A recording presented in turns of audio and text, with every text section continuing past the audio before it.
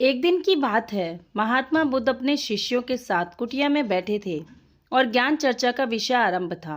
शिष्यों के आग्रह पर उन्होंने एक कहानी आरंभ की। समीर नाम का एक जल्लाद मगध राजमहल के पीछे बने कस्बे में रहता था। वह मगध साम्राज्य का प्रमुख जल्लाद था।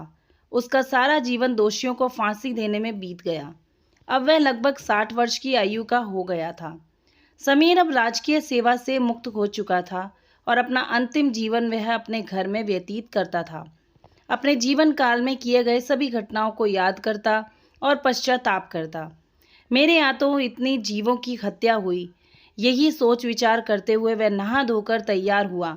जैसे ही वह खाना खाने के लिए बैठा, दरवाजे पर आवाज आई।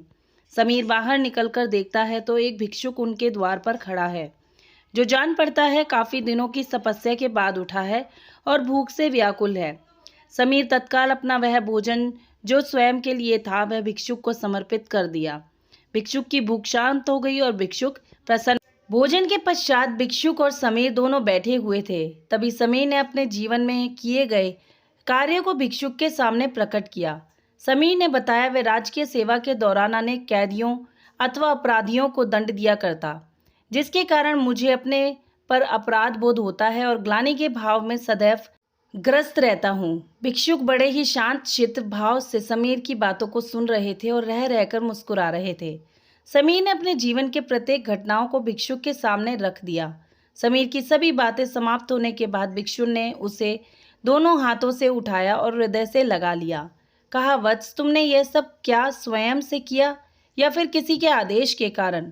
समीर बोल पड़ा, यह सब सिद्ध होने के बाद राजा के आदेश पर यही मैंने मृत्युदंड दिया। वत्स, फिर तुम दोषी कैसे हुए? तुमने तो अपने स्वामी के आदेशों का पालन किया है। ऐसा कहते हुए भिक्षुक ने समीर को धम्म के उपदेशों को सुनाया। उपदेश पूर्ण कर भिक्षुक वापस लौट गए। समीर जैसे ही भिक्षुक को विदा कर वापस आता है, उसकी मृत्यु हो जाती है, जिसके उपरांत उसे मोक्ष की प्राप्ति होती है। कहानी अंत कर महात्मा बुद्ध शांत हुए। महात्मा बुद्ध के शिष्य इस पूरी घटना को ध्यानपूर्वक सुन रहे थे। उन्होंने महात्मा बुद्ध से पूछा, जिसने जीवन भर अनेकों हत्या की थी वह मोक्ष कैसे प्राप्त कर सकता है? महात्मा बुद्ध मुस्कुराए और अपने शिष्यों को समझाया, जिसने जीवन में पहली बार ज्ञान की प्राप्ति की हो, अंत समय जिसका निकट हो और ज्ञान के शब्द उसके कानों में पड़े हों, वह मोक्ष की प्राप्ति कर लेता है। महात्मा बुद्ध ने बताया, हजारों हजार शब्दों के उपदेश व्यर्थ हैं जब तक व्यक्ति का मन शांत ना हो। मन शांत होने पर एक शब्द से भी ज्ञान प्राप्त हो सकता है। ज्ञान से ही मोक्ष की प्राप्ति संभव है।